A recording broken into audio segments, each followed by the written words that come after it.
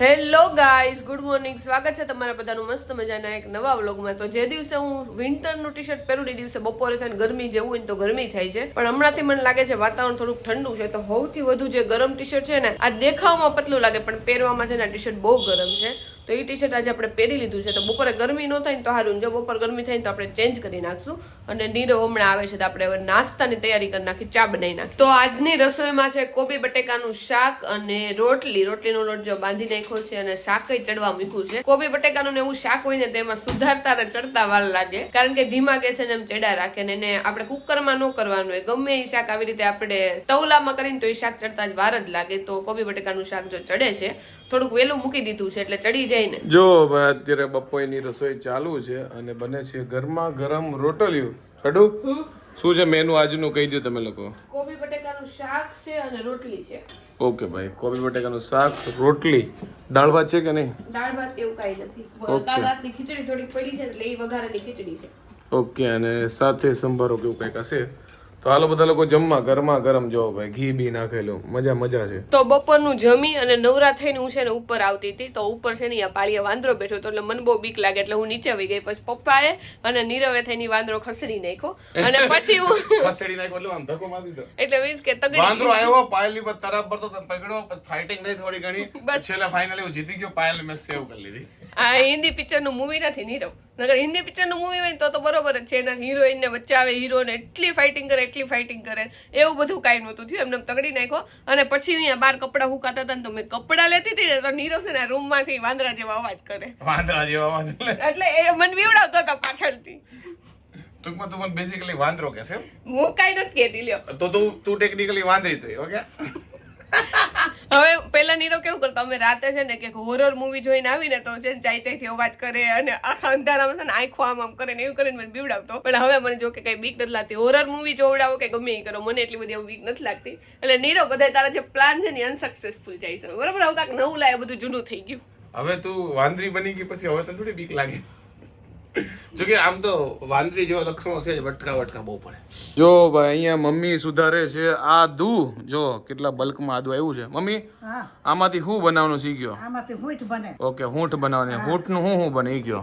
હૂંઠ ની ખબર છે? તું તો ગોળવાળી ગોળી ખાસો અને બધું પકવાન બનાવી એમાં બધા નાખવાના જ હોય. અત્યારે તો બધા ઓલા બનાવે ને વસાણા, હા, એમાં બધું અડદિયો બનાવે, કોઈ ગુંદર પાક બનાવે, એવા બધામાં નાખે જ. ઓકે. એટલે હું તો આપણે તો દર વર્ષે જ આ ઘરની જ હૂંઠ વાપરીએ છીએ. ઓકે, એટલે આખું વરસ હાલે એમ? નાનું આખું વરસ હાલશે. 2 કિલો હૂંઠ આદુનું કરી નાખશું ને, હા, કટકાને સૂકવી દઈ પછી દળી નાખવાનું એટલે સૂઠ તૈયાર. ઓકે. જો ભાઈ ઘરે સૂઠ બનાવે છે.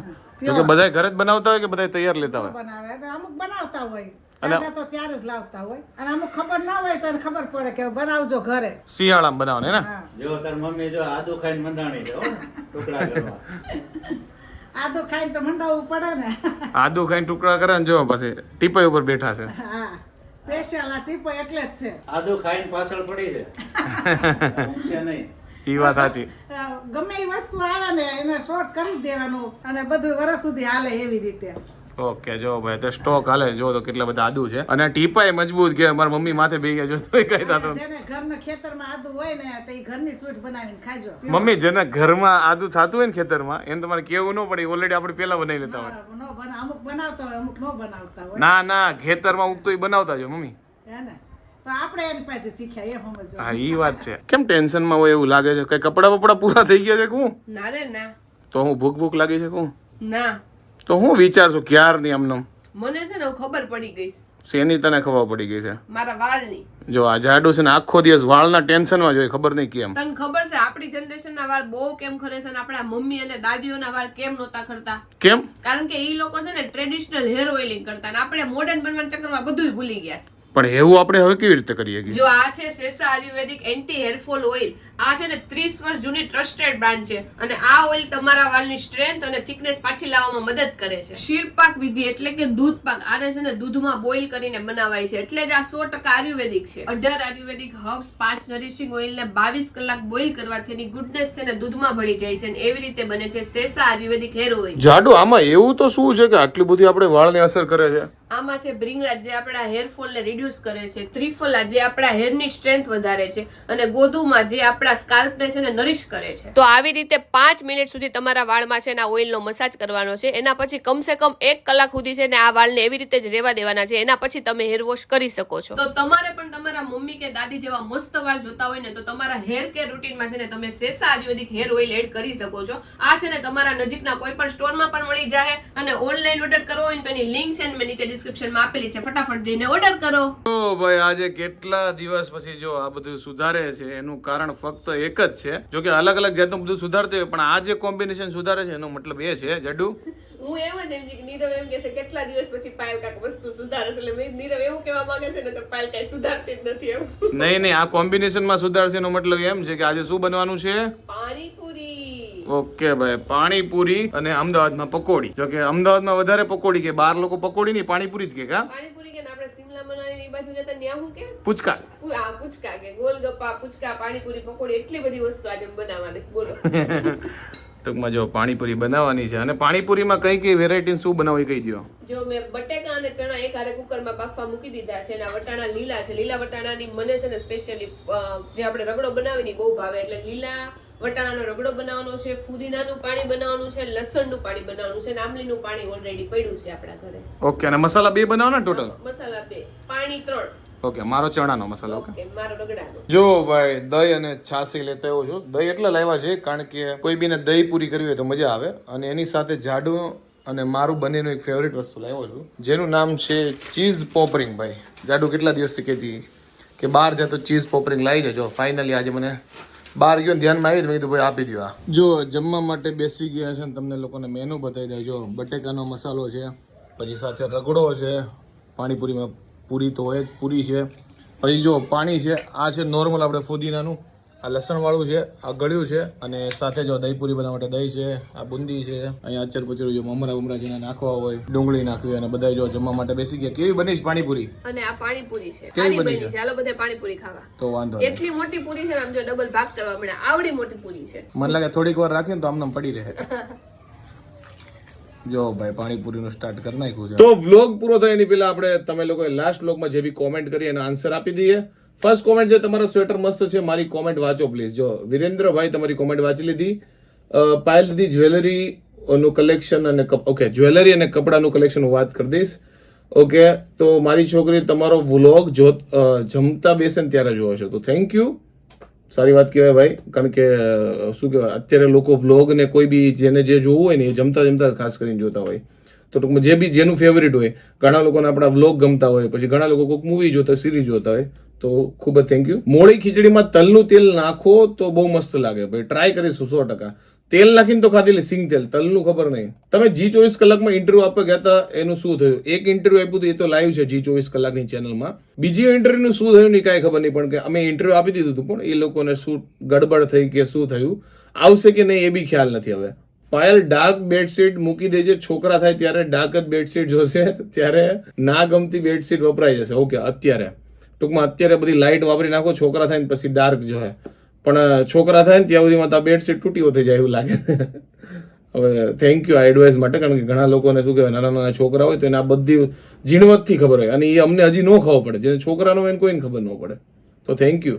પ્લીઝ પાનના મુખવાસની રેસીપી આપો. મારા મમ્મીને વાત કરી છે, તમને રેસીપી આપશે, અને ઓલરેડી કદાચ આપી દીધી બી હશે. વ્લોગ લોંગ બનાવો, બહુ મજા આવે છે જોવાની. તમારી રૂટીન લાઈફસ્ટાઈલ સારી છે એ વધુ બતાવશો. બનાવેલ કોન્ટેન્ટ નથી હોતો, તમારે નેચરલ અને સિમ્પલિસિટી જોવાની મજા આવે. Thank you. અને જે અમારી દિનચર્યામાં હોય ને એ જ અમે તમારી સામે પ્રસ્તુત કરે છે, એટલે કંઈ બનાવટી કે એવું નથી લાવતો, એટલે વ્લોગ નાનો થાય છે. જો સ્પેશિયલ બનાવે ને કોન્ટેન્ટ તો તમને મજા આવે ને વ્લોગ લાંબો થાય, જે હું નથી કરવા માંગતો. એટલે તમે લોકો કહો ને કે લાંબો કરો, પણ નેચરલી લાંબો થઈ જાય ને વ્લોગ તો ઓબ્વિયસલી એમ નાખી દઈશ. હું 12માં છું, મને એડવાઇસ આપો. જો ભાઈ હું મારી ભાષામાં તમને લોકોને એડવાઇસ આપું ને, મહેનત કરી લેવાની. ઓકે, પછી પરિણામ આવે ને એને ટૂંકમાં બહુ માથે નહીં લેવાનું, બહુ ઓવરવેલ્મિંગ નહીં થઈ જવાનું, કારણ કે 12મું કોલેજ કાંઈ નથી, એની પછી જે લાઈફનો પડાવ આવે છે ને ભાઈ બપા લાગી જાય. એટલે તમે જો સ્ટડી સારું કરો, સારા ટકાઓ, સારી નોકરી કરો તો સારું છે. અધરવાઇઝ લાઈક જેનાથી નથી દમ, સપોઝ નેચરલી ભાઈ આ વસ્તુ હોય કે તમારે ટકા ન આવે તો પછી ઘણું ખરું લાઈફમાં બીજું કરવા માટે છે. એટલે એવું નથી કે મારાથી નો થયું. ટૂંકમાં અમે કોમ્પ્યુટર એન્જિનિયર ભણ્યા છે, કરીએ છીએ બીજું આખું એમ. એટલે હું એન્કરેજ નથી કરતો કે ભાઈ ટકા નો લાવતા નો ભણતા. નોકરી તો બેસ્ટ છે, સારી એવી કંપનીમાં કરવી હોય તેમ, પણ એ નો થાય, નો મળે તો બીજું ઘણું બધું લાઈફમાં છે. નીરુભાઈ તમારા પરફ્યુમ નું કલેક્શન બતાવો. પેલા તો હું પર્ટિક્યુલર કોઈ બી પરફ્યુમ નથી વાપરતો, ફરતા ફરતા વાપરું. આજે આ લીધું, કાલ આ લીધું, પરમ દિવસે ઓલું લીધું. એટલે જે બી મને સારી ફ્રેગ્રન્સ લાગે હું લઈ લઉં. પાયલબેન, નીરુભાઈ હું તમારા ડેઈલી બ્લોગ જોઉં છું, પ્લીઝ મારું નામ બોલો. હેતલ કરમતા યા તો પછી કરમતા ટૂંકમાં એવું કંઈક પ્રોનાઉન્સ થતું હશે. સોરી તમારું નામ ખોટું લઈ લીધું હોય તો. નીરુભાઈ તમારા પપ્પા શું કામ કરે છે? મેન્સવેર છે અમારે ભાઈ. નીરુભાઈ કરતા પાયલ દીદી હોશિયાર હતા. ઓબ્વિયસલી મારે 81% અને 85% 10માં. તમે વ્લોગમાં જમવાનું બતાવો, અમને જોવું બહુ ગમે છે. કાંઈ વાંધો નહીં, હવે જમવાનું પ્રોપર બતાવશું. બીજું શું, તમે જમવાનું જમતા બતાવો તો એ બતાવો તમે કહેતા હોય તો. પોરબંદરની ટ્રીપ તો યાર શું કહેવાય, ઓલરેડી અમે મારેલી જ છે. અમે ત્યાં ગયા હતા એટલે બધું બતાવેલું છે. તો બી ત્યાંથી નીકળશું તો મારશું. પાયલી તમારા દરવાજા નીચે કોઈ ધૂળ ના આવે એવું કપડું રાખ્યું છે, માર્કેટમાં મળે છે દરવાજાની જગ્યા હોય તો. એટલે ત્યાંથી બી ધૂળ આવી શકે. એની નીચે જે ઓલું રેડીમેડ કપડું આવે ને અમે ઓલરેડી નાખેલું છે. ખબર નહીં રૂમમાં ક્યાંથી ધૂળ આવે છે, પર્ટિક્યુલર જગ્યા ગોતવી પડશે. યા તો બધા લોકો કોમેન્ટમાં કહે છે કે શિયાળામાં ધૂળ આવે, અમારે ચેક કરવું પડશે. હવે કોઈ નવી ટ્રીપ પ્લાનિંગ કરો જેથી અમને કઈ મજા આવે. કમિંગ સૂન. હવે તો તમારે બહુ વાટી નહીં જોવી પડે. ટૂંકમાં બહુ નજીક છે, બહુ એટલે આમ હાવ નજીક. તમારી પાસે કોન્ટેન્ટ જ નથી. બહુ બોરિંગ બ્લોગ છે ભાઈ. બોરિંગ હોય તો એના માટે સોરી. અને અમે તો એવી ટ્રાય કરીએ છીએ કે રૂટીનમાંથી કંઈક સારું બતાવે. નકર એક ને એક વસ્તુ બતાવો લાંબો વ્લોગ બનાવી શકું છું, પણ કંઈક નવી બતાવવાની ટ્રાય કરે છે. અને બીજું કે 365 દિવસમાં 365 દિવસ હું નવું શું તમને બતાવી શકું. એટલે જે બી મારી પાસે જે બી દિવસમાં નવું થતું હોય તો રેકોર્ડ કરીને તમને બતાવું. હજી એટલી ઠંડી પણ નથી આવી કે ગરમ કપડાં પહેરવા પડે. તમારી વાત સાચી છે, હજી એટલી બધી ઠંડી નથી આવી, પણ ગરમ કપડાં અમે રૂટીનમાં પહેરવા તો બહાર કાઢ્યા જ છે, પણ એક બીજા કામ માટે કાઢ્યા છે. જે તમે ટ્રીપની વાત કરીને, કારણ કે બધું ભરીને તો જવું પડશે ને, આગળનું પ્લાનિંગ ચાલે છે. તો અહીંયા જો બધાની કોમેન્ટ પૂરી થાય છે. આઈ હોપ કે તમને આજનો અમારો બ્લોગ ગમ્યો છે. ગમે તો શું કરવાનું તમને ખબર છે, લાઈક કરી દો, કોમેન્ટ કરી દો, મિત્રો સાથે શેર કરી દો. યુટ્યુબમાં જોતો હોય સબસ્ક્રાઇબ કરી દો, ફેસબુકમાં જોતો હોય ફોલો કરવાનું ભૂલતા નહીં. તો મળે નેક્સ્ટ વિડીયો સુધી. Bye bye. મળે નેક્સ્ટ વિડીયોમાં.